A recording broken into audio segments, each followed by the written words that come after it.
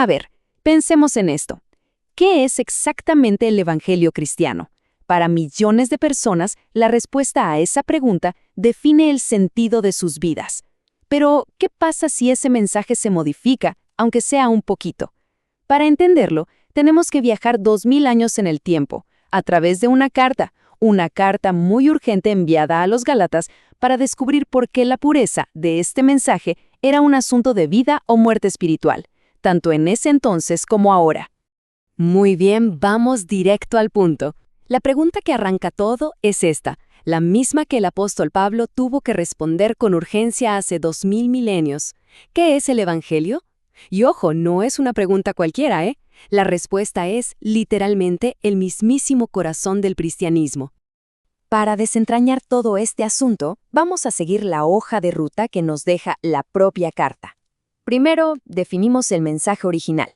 Luego, vemos qué onda con esa versión diferente que apareció.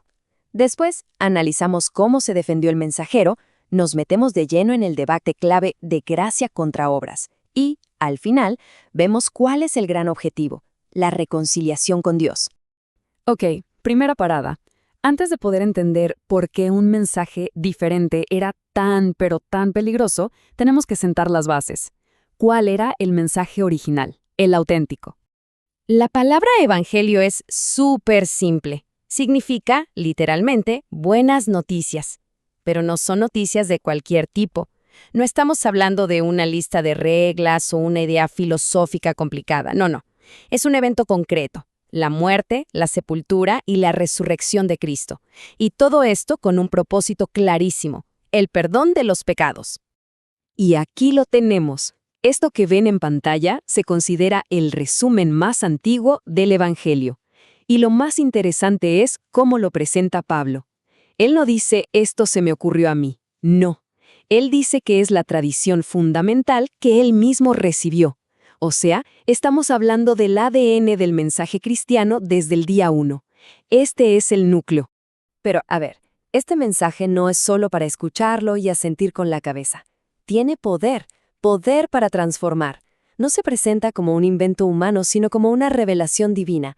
Y funciona como un espejo. Primero te muestra la realidad de nuestra condición, esa separación de Dios, para luego mostrarte la única solución posible. Y aquí es donde la cosa se complica. Porque claro, una vez que tienes un mensaje tan definido, cualquier alteración, por pequeña que parezca, se vuelve peligrosísima. Vamos a ver qué fue lo que pasó en la región de Galacia. Tratemos de imaginar la escena. Varias iglesias nuevitas en lo que hoy es Turquía. Pablo les dejó el evangelio clarito, pero en cuanto se va, ¡pum!, llegan otros maestros. Y no llegan a reforzar el mensaje, no, llegan a venderles una versión, digamos, mejorada. Esto no fue un simple debate de opiniones, ¿eh? Fue una crisis total que amenazaba con romper todo el movimiento desde adentro. A estos maestros se les conoce como los judaizantes, y su enseñanza era peligrosamente sutil. Ojo, ellos no negaban a Cristo. Lo que hacían era agregar una pequeña pero letal palabra. Y su mensaje era algo así como, sí, claro, la fe en Jesús es vital. Y además, necesitas seguir las antiguas leyes, como la circuncisión, para estar realmente a salvo. Y ese pequeño «y además» lo cambiaba absolutamente todo. El evangelio original hablaba de la obra terminada de Cristo. Y punto. El nuevo mensaje, en cambio, era sobre la obra de Cristo más el esfuerzo de cada persona. Transformaba un mensaje de rescate divino en un manual de autoayuda religiosa. Por eso Pablo es tan tajante. No es solo un evangelio diferente, es que directamente no es evangelio. La respuesta de Pablo a esta crisis fue contundente.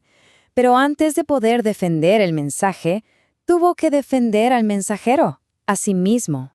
La estrategia de sus oponentes era clara. Si logras desacreditar al mensajero, el mensaje se cae solo. Y lo atacaron a nivel personal. Por eso, lo primero que hace Pablo no es ponerse a debatir teología, sino defender su autoridad. Tenía que demostrar que su llamado no venía de ninguna persona, sino directamente de Dios. Y fíjense en su argumento. Pablo no dice, a mí me enseñaron los otros apóstoles en Jerusalén. No, él apela a algo mucho más poderoso. Su encuentro cara a cara con el Cristo resucitado. Su punto es, mi evangelio no es de segunda mano, no es un chisme. Yo lo recibí directo de la fuente, y por eso es el mensaje original, sin filtros. Una vez que dejó clara su autoridad, Pablo va directo al núcleo teológico del problema, a la batalla fundamental entre la gracia y las obras. Este versículo es, quizá el más poderoso de toda la carta. El argumento de Pablo es devastadoramente simple. Pensemos, si una persona pudiera ser declarada justa ante Dios por seguir un montón de reglas y leyes, entonces la muerte de Cristo no habría tenido ningún propósito. Sería un sacrificio redundante, innecesario, en vano. Esta comparación lo deja todo súper claro.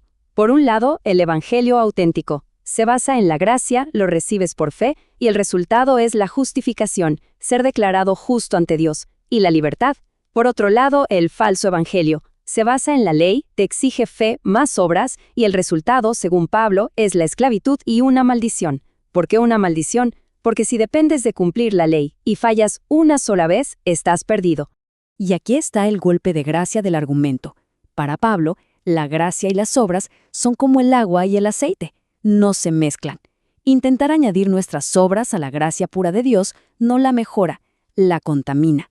Es anular la gracia por completo y volver a ese sistema imposible de tener que ganarse el favor de Dios.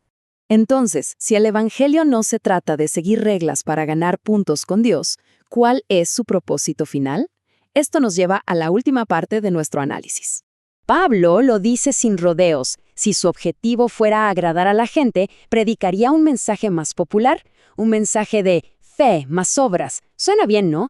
Le dice a la gente que puede contribuir a su propia salvación. Pero la lealtad de Pablo no está con la opinión pública, sino con la verdad de Dios. Y por eso el evangelio debe predicarse con total honestidad, aunque resulte incómodo. El objetivo final del evangelio es una relación. Parte de la idea de que existe una ruptura, una enemistad entre la humanidad y Dios. Y la obra de Cristo, según este mensaje, es el puente que resuelve ese conflicto.